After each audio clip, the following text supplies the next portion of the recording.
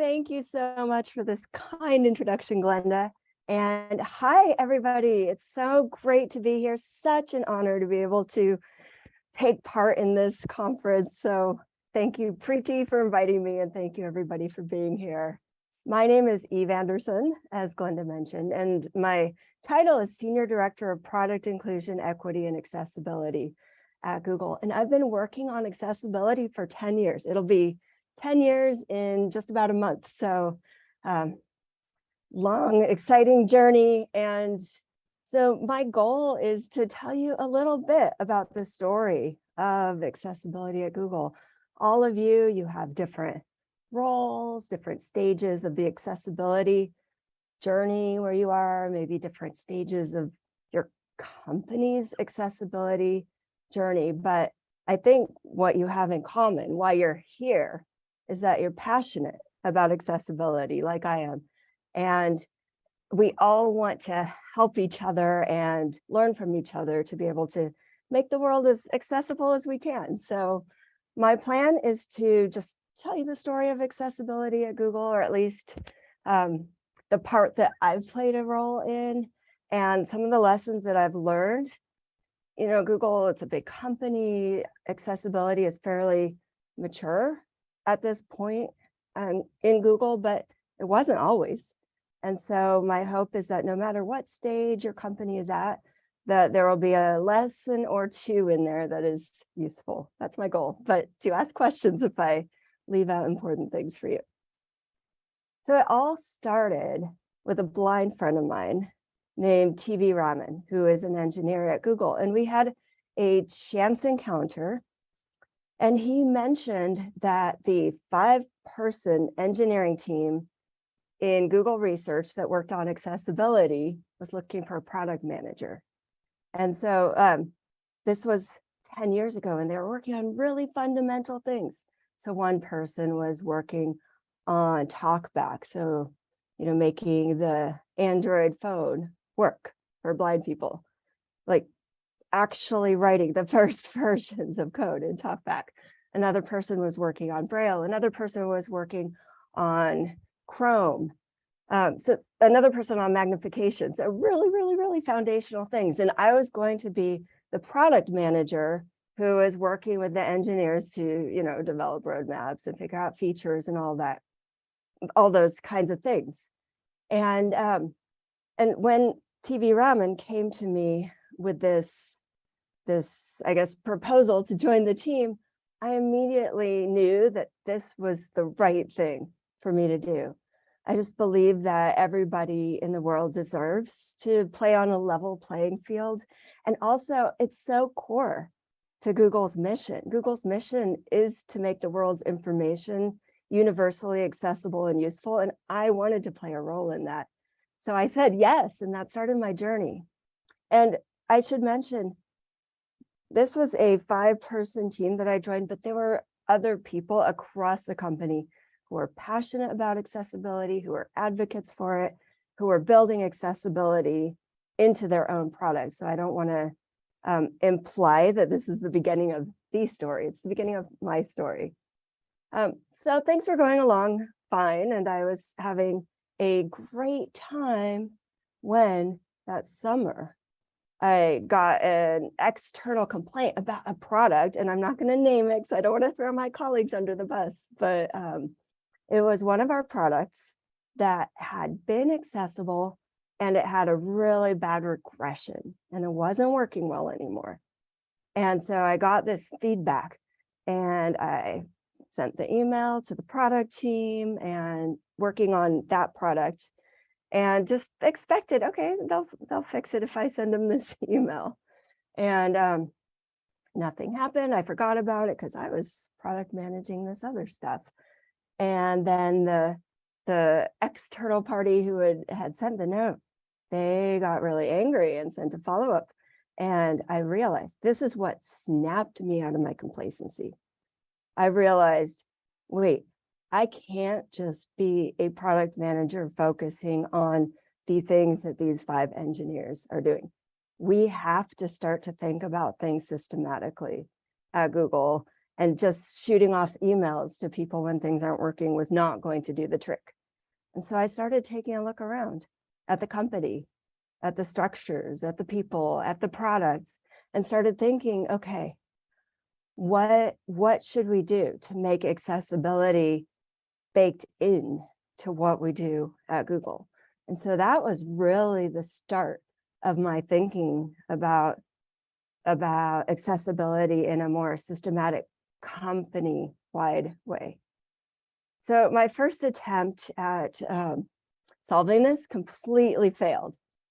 So I went to a senior vice president and I said to him, we need to have blocking accessibility requirements for every Google product. I should be able to block the launch of any Google product. And he was very polite and he said, okay, tell me more. How would that work? And so, so I dug in a little bit, figured out how it would work, proposed it, and nothing happened. The proposals just went nowhere. And what I hadn't realized at the time 10 years ago, now I know it very well, but what I didn't realize was how autonomous the different areas of Google are. And in hindsight, obviously they weren't going to just let some random person, me, block the launch of Gmail, Google Docs, Android, and so on. No, they weren't going to let one person do that. And so I realized my key learning was that, okay, this was not a silver bullet. I couldn't just do a quick fix like this, that I really had to go grassroots and systematic. So I thought with my team, with leadership in my organization, I thought about, okay, how should we model accessibility at Google? How should we structure it organizationally? Because there are different ways of doing it. You can have each product team completely responsible for accessibility, though that wasn't working very well. You could have a central organization that goes and fixes the different products, but we decided on something in between, a hub and spoke model. So a hub that provides centralized standards, services, and so on. And that's what I'll be telling you about. Those are the things we built over the next decade. But then have the actual product development work happen within the product teams. And we decided it was really important that product teams don't just throw things over the wall to us, and then we fix it, and then, you know, the code goes back to them and then it regresses. So we really thought it was important to have the development embedded within the product teams, but to have this centralized oversight and services that we could provide. And so that's what we decided on. And that meant a lot of things. It meant building up these functions within what became the hub. It was no longer going to be just this research team building stuff, as well as convincing these product areas, which is product areas, how we group together the different related products, as the name implies, convincing the product areas to hire their own folks who either had or developed expertise in accessibility. So we were still a very, very small team. And we decided that the first area of focus should be on education, so that product teams could learn to do the right things themselves. So that's where we started. And initially, I worked with an instructional designer who works at Google. We have a lot of instructional designers because, as you can imagine, in an organization of this size, we do a lot of internal education. So I worked with an instructional designer, mapped out, okay, what do software engineers need to know at the beginning of their accessibility journey? Intermediate, more advanced. What do user experience designers need to know? What do researchers who do user studies and user research need to know? What do testers need to know? And so on. And I focused on product teams. Of course, we want people in finance and other areas to understand accessibility, but my focus was on how do we upskill the people who are building Google's products that are used, by more than 1 billion people around the world. So that's where I decided to focus initially. And so with this instructional designer, we mapped out the different courses that we should have.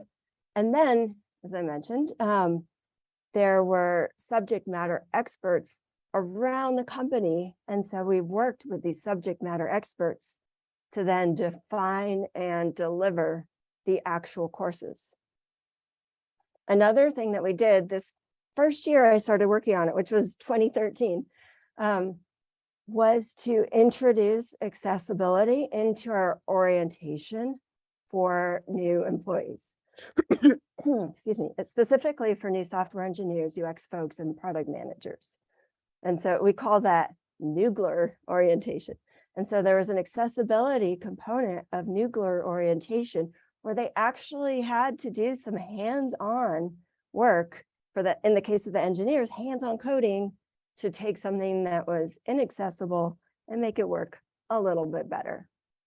And we decided to make it hands-on so that it just wouldn't feel so foreign and scary to people, so that people could understand that they could make a little change that could go from a screen reader announcing nothing to a screen reader announcing something. That year, we also did more communications outreach. We started holding something called Accessibility Week. And so we're about to do that for the 10th year running this year, later this year.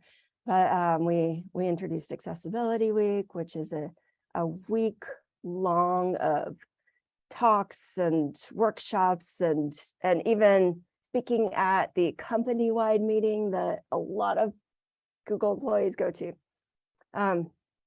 The other thing we did in the first year was creating our internal standards. Now you might ask, or maybe since you all work on accessibility, you already know the answer to that, but why isn't just telling people go implement WCAG good enough? Well, there were a few reasons, and WCAG was the basis for what we put together as our internal standards.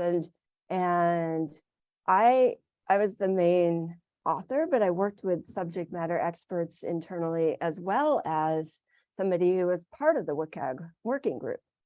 And we decided to make our internal standards so that we could make sure they applied really well to the technologies that we build as a company. And some of the things that were really important about our internal standards, one is that we broke it down to make sure that people in different job functions knew how it applied to them. So for each of our standards, we would have a section on how to design it, how to build it, and how to test it. It was really important that product teams could do an assessment themselves instead of having to go through us for consultation. Now, we were available for consultation and we would give advice, solicited or unsolicited, but product teams really needed to be able to take this information and make progress themselves and be able to determine outcomes of that progress. Another thing that was important was we kind of gamified it, meaning that we created different levels of accessibility. And everybody wants to get an A+. And so having these different levels let people take the first steps and feel like they were getting somewhere, but then also have this goal to strive for. We also made sure to make our internal standards pragmatic. And this is important. I think any time that you are setting goals or requirements for any team within a company, which is you want them to stretch a little bit, but not stretch so much that they decide this is impossible, we can't do it, we're going to go to our VP and get an exception for it. And so that's what we did. Accessibility is something where perfection is really hard to achieve, or it's something that you never quite achieve. It's asymptotic. You can always make it better and better. You can make it more efficient. You can get more user feedback. You can just do so much to optimize the product, to add additional features to the product. And we're striving for that, but we had to balance what was doable then 10 years ago with the typical resourcing on product teams with this goal that we were trying to achieve. And you don't want to go too easy either, because then you have to update your standards really often to make them better. So we wanted to get that sweet spot of just a little bit of a stretch. So that's what we did. And so we launched our internal standards in December of 2013.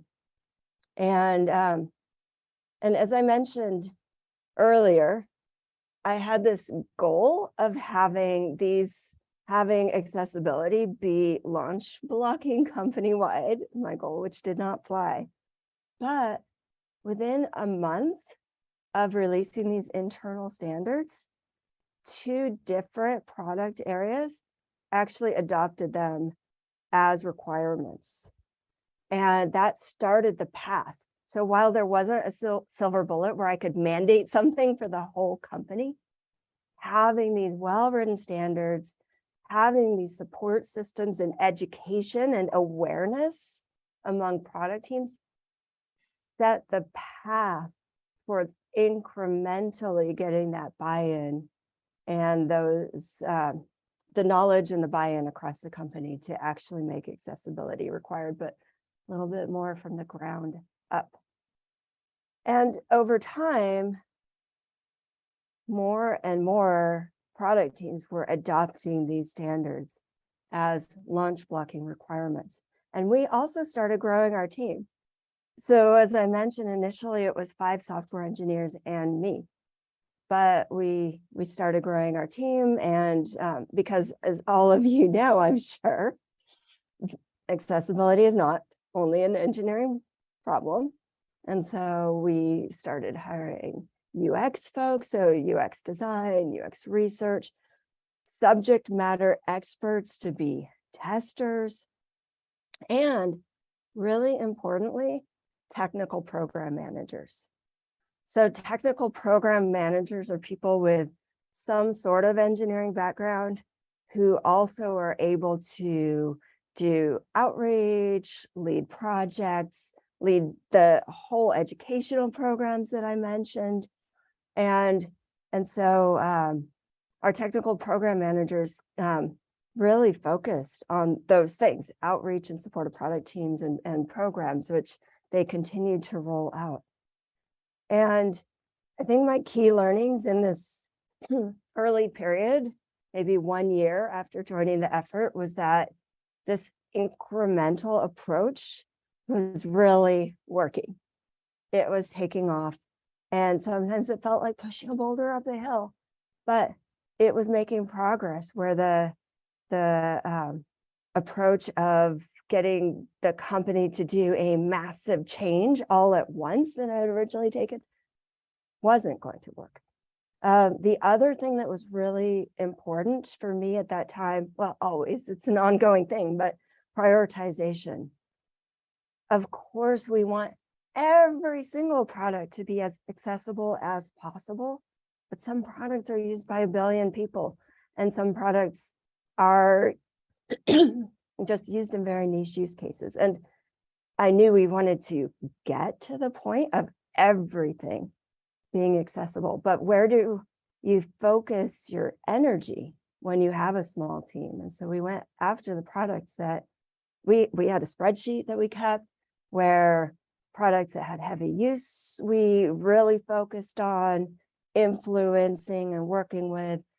Products that were used in education, we really focused on, and so on. So over the next few years, we had a few, I guess, notable program and product launches. We launched Accessibility Scanner for Android as one of our externally facing launches. So some of you may have used it for accessibility testing. But importantly, we also integrated into existing tooling that engineers use, that UX folks use, existing tooling and existing systems, because it's really important whenever possible to meet product developers where they are. And I'm using the word developers broadly, not just to mean engineers, but anybody who works on the design, the development, the testing of a product. You really have to try to integrate into their workflows with the tools that they use. And a lot of the tools that we use in Google are bespoke tools that were created specifically for Google product development. And so we partnered with the teams that work on these products. And this is ongoing. I mean, we have so many internal tools. This is ongoing, but we partnered with these teams to bake accessibility in wherever possible into designs, and linting designs automatically to the extent possible. And I think probably everybody knows here that not all of accessibility can be automated, but to the extent possible, put in checks into the development environments, the tooling, and so on. Other things that we did over time. Well, as I mentioned earlier, more and more of the product areas were starting to adopt the standards that we had written as launch requirements. And so, but an important learning was that you can't just expect them to launch these requirements and then think that you can just move on forever to another product area. We actually realized we have to maintain these relationships. We built up the part of our team that focuses on internal partnerships. We actually call it internal partnerships and programs that kept tabs on what the different product areas were doing, that understood the people and the goals in the different product areas. And when people changed out, when priorities changed, then we were able to help influence and make sure that products didn't regress, that their standards didn't change. And so I guess that was a really important learning, that we had to keep it going. We really had to treat it like you would account management with external parties. We had to do the same thing with internal parts of Google. We also launched, this was 2017, we launched our Trusted Tester program. So one theme throughout our journey in accessibility has been that it's important not to just build for users with disabilities, but to build with users with disabilities. And one of the ways that we did it in several ways, through user research, obviously employees with disabilities. But one of the things we launched in 2017 was our Trusted Tester program, which now has several hundred participants with different types of disabilities who get early access to Google products and features and provide feedback. And so we, as the central team, maintain these relationships and maintain these mechanisms for product teams to directly interact with our users and get this extremely valuable feedback on a regular basis. Another thing that we launched that year was customer support. And so the support help desk, now we have support in ASL, Be My Eyes, and various different languages. And one of the organizations that really helped us launch this was Microsoft, our friends at Microsoft. One of the things that I love about working in accessibility is that we we all feel like we're partners in this together. We want to raise the water for all boats. And Jenny Lay Fleury actually a joke that a lot of the support calls they get anyway were for Google products. So might as well help us set up our own help desk. But we got really, really good advice that we were then able to use to make sure that we had the right mechanisms in place to really support our users with disabilities, no matter what kind of Google product that they were using, and no matter what kind of assistive technology. One thing that we set up the next year was an accessibility champs program internally. So as you know, because I think I've said it twice already, we did have subject matter experts and passionate folks across the company, but we really wanted to formalize this a little bit more and have a path for more people across the product areas to get there and to get recognition for what they're doing, which is really important. Incentive structures are important throughout this whole thing. How do people get recognition for what they're doing? How do we make people want to work on accessibility? And so we launched this Accessibility Champions program where people could go through training and become champions. So that was one thing we launched in, I think it was 2018 by this time.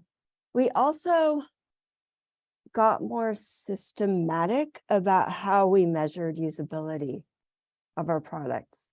And when I think about accessibility of products, I really think about three main categories. There's the compliance aspect, part of which has to do with regulations, but part of which has to do with just making sure the products work.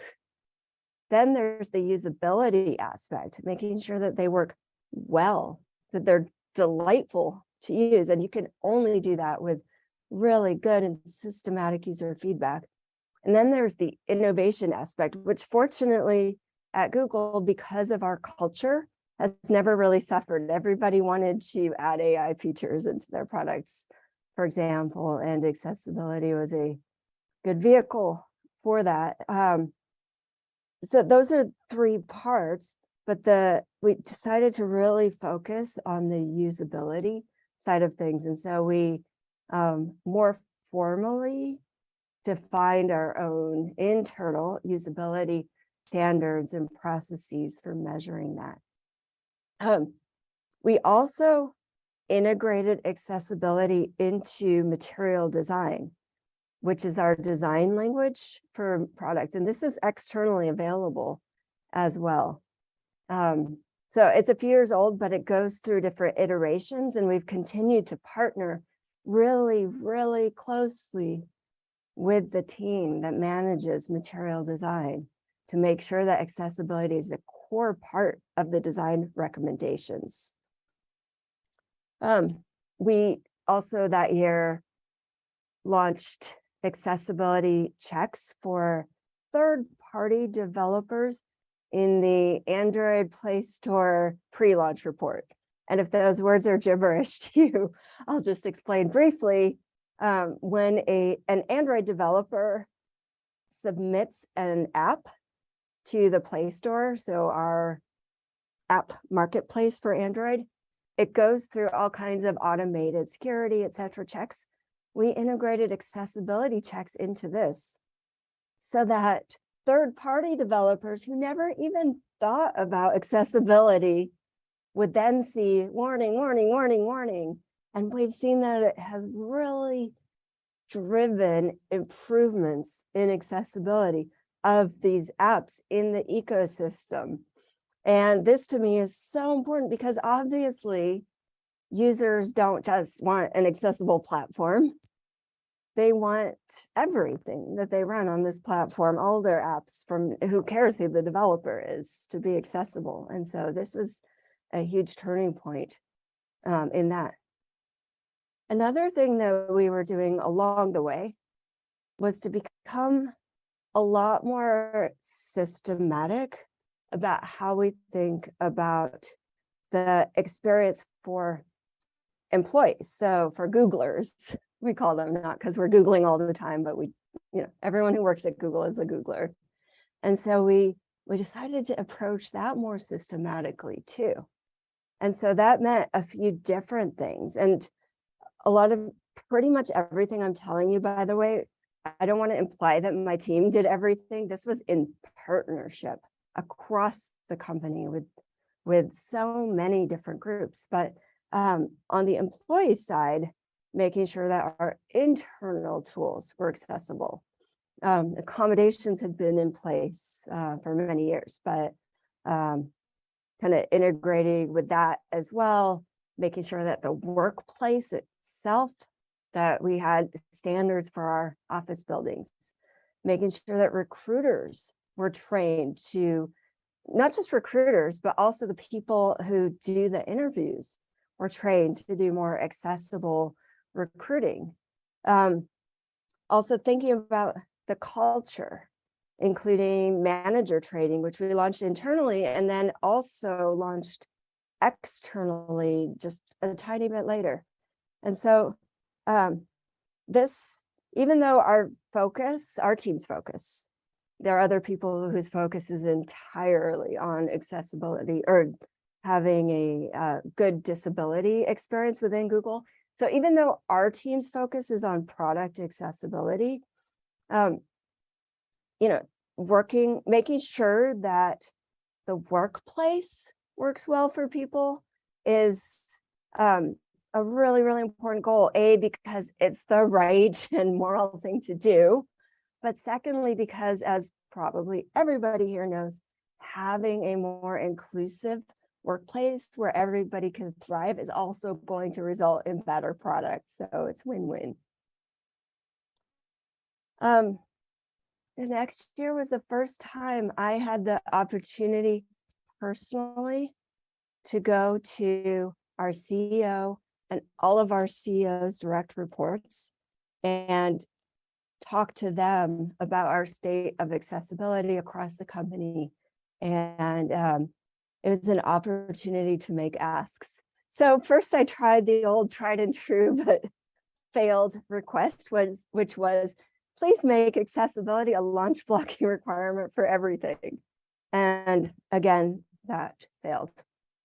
But what did work was I asked them to make sure that there was an executive sponsor assigned for accessibility for each product area.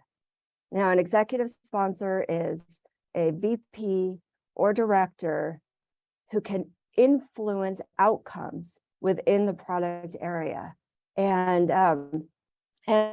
hold the product area accountable for accessibility. And that I did manage to achieve. And that has been, I think this is a key learning for all of you who don't already know this, which is just having this executive support, even if it's not the person in charge of the accessibility team. Maybe it's just a person who cares because of a personal reason or whatever, but just having a senior person who has the ear of the senior leaders within the company care about and advocate for accessibility has been really, really important. And it led to more of a personal connection with the various leaders between my team and the various leaders across the company. And speaking at that meeting with these folks led to a little bit of healthy competition among the product areas. And so I see that as an inflection point. So over the years, we continued to hire in different areas of the company in partnership. So in 2020, we brought on our first marketing lead for accessibility. I didn't even mention when we brought on our first comms lead. At some point, our first people operations, which is what we call human resources lead. So all of these functions we started to fill across the company.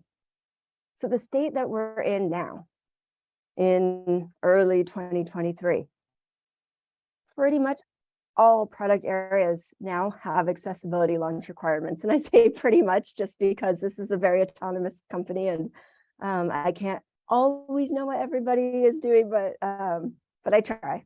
And we have really, really strong launch requirements across the board. And teams have goals around accessibility, compliance, and usability. Google has a system which we have talked about externally a number of times, so I think it's okay for me to mention it. It's called OKRs, or Objectives and Key Results. And so product teams across the company have objectives and key results related to compliance and usability for accessibility. We still have executive sponsors across the different product areas, and we engage with them on a regular basis. We have this hub team, but we have more people working on accessibility outside of the hub than inside of it. Software engineers, UX, user experience research people, design people, testers. We have a role called accessibility analyst for subject matter experts, program managers. We have people on our team with and without disabilities. Some of our team members in the hub team, the Central Accessibility Organization, came from the product areas, which is really important for us to understand the viewpoint of the product areas that we're working with. So when I think about what are the hub functions now, and when I say hub, I mean everything that is not done by the individual product team. So it's my central accessibility organization, as well as our partners in HR, in customer support, in comms and marketing and policy and legal and developer relations and tech writing, all of these different organizations. What do we do as a hub? I'm going to summarize it. We do foundational research that then informs our standards and informs product development. We set objectives for the company, short-term goals that are reasonable, and then longer term, what is the vision of perfection that we are driving towards? We influence the rest of the company. And by that, I mean, we talk with people at all levels of the organization, because decision-making happens all over the company. And we try to understand people's business and adapt the case that we make to what are the other organizations' goals and objectives and incentive structures. We build tools, as I mentioned. We build processes like education. We have centralized services like office hours for product teams and other support mechanisms. Trusted tester program that I mentioned. Testing on demand. We encourage product teams to hire their own testers, but if they don't have capacity, we provide testing on demand. We run user studies jointly with product teams. Another thing that we do as a hub function is measurement of outcomes company-wide, tracking how we're doing, where do we need to make more progress, where do we need to apply more influence, and how can we help, and what is the real world impact of what we're doing. As a hub, we focus on communication. So there are the comms and marketing aspects of that. There is partnership. I mentioned internal partnership. External partnership is so important. We've learned so much from the organizations that we work with, in addition to the individuals that we work with, about trends and things that are more important at a macro level, like Braille. Most of our users ask for voice as opposed to Braille, voice output. But Braille is so important for education, for learning spelling and punctuation and so on. And really it was in partnership that first aha moment came to me, at least. just thinking, about kids and their future. And then, of course, the customer support, which I already mentioned. So let me just summarize the key learnings. One is, of course, working with and not just for our users through employees with disabilities integrated throughout the company, not just accessibility functions throughout the company, through research studies, through the trusted tester program, through our partnerships. Another key learning has been prioritization and focus when you feel like you have scarce resources. And the third learning is that there's just no silver bullet. You have to look at what are the different leverage points in your company. Make it easy for teams to say yes to accessibility, provide whatever services you can to make it easy, and then look at how does your company set goals? How do you get buy-in from leadership? What motivates individuals in terms of performance reviews and so on? What mechanisms do you have for reviewing launches or designs? And where can you gain allies like our executive sponsors? I think before we go to Q&A, I want to add one last note that's just so important to me personally. And that is that working on accessibility can be hard. You all probably know this, but I think it's important to recognize this. I've definitely had ups and downs in my 10-year journey on this. First of all, accessibility, it's emotional. We really care about our users. We want to launch as much as we can, and we know that the sooner we launch something, the sooner it's going to help people in their lives. But we have to remember, it's in nobody's interest for us to burn ourselves out. We have to think long term. The other thing that's hard is if you are part of an accessibility hub, what you do is sometimes loosely coupled with outcomes. You can't control other product teams 100%. And so you just have to try things. And if you tried 10 things and 6 of them work, that's actually great. You influence 6 things outside of your own sphere of control. That is fantastic. And so if you think about things with that mindset, it's just easier to keep going and easier to persist. So take care of yourselves and take care of your teams.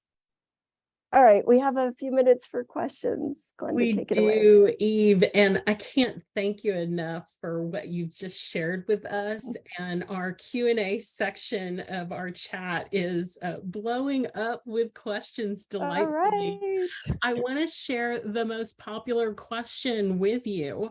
It comes to us from someone named Neil, and they said, are the internal accessibility standards at Google visible by the public? So they're not, because they're really specific to our own development systems and processes, but I think we've done a pretty good job of documenting the Android ones. And so I think the best way to find that is just go to google.com/accessibility, and it's going to redirect you to a longer URL. But you can see the for developers part. And so, Android is a platform that Google, we own it, but it's also open source, but it's kind of our platform. And so we feel this obligation to help developers develop accessible Android applications. So we've done a pretty decent job of exposing everything that we could externally for Android. Awesome. Awesome. So I am sure everybody in the audience is very appreciative of that. There's another popular question here, and it's from Tilly. Let me see if I can find it. The questions are actually moving on me. I apologize. Oh, no. I'm gonna look over here. Looking back over the past 10 years of your journey, what was the biggest blocker for systematic accessibility change at Google, and how did you get it addressed? Yeah, I think I alluded to this a few times, but yes, the biggest blocker is the autonomy of the product teams. Seriously, even if you can convince a senior vice president that accessibility is important, the culture is just, it's not for them to then tell their entire area that they have to do it. That's just, the Google culture is to give people autonomy and creativity, and I love that. I think it actually results in amazing products, but it sure as heck makes my job hard. And so the biggest blocker was that I couldn't just systematically address it, get this buy-in and say, okay, we're good. Had to just keep on going and convince on some teams it's an individual engineer. It might not even be the tech lead, it might not even be the product manager who's making these decisions. So really getting to know the organizations and maintaining these relationships. And as I mentioned, building an entire team to maintain these relationships. So maybe it's not a blocker, it's like everyone has their own blockers, whether it's their own prioritization or their own knowledge, or sometimes the platform choices that teams made when they were initially building their products. So now we have a much stronger point of view. You should use these platforms and here's why, and so on. Awesome. I think we have time for maybe one more question. Caitlin asks, and first, thanks you for your interesting talk. How would you go about creating accessibility awareness in a smaller company where the leaders may not recognize the importance of accessibility? Yeah, and I think that it can be common for leaders to not recognize the importance of accessibility, regardless of company size. I think awareness has to be ongoing and I think persistent. So my advice would be, first of all, try to understand what your leaders care about and work accessibility into that to get your foot in the door. And then think about what arguments are going to work for them. And you all probably already have used some of these different techniques to convince people, but there's the technique that obviously accessibility is the right thing to do. We shouldn't leave people out. There is the business aspect, over 1 billion people with disabilities, huge purchasing power, governments, universities, so on, will not buy products that are not accessible. There's the usability argument. Products that are built with accessibility in mind work better for everybody.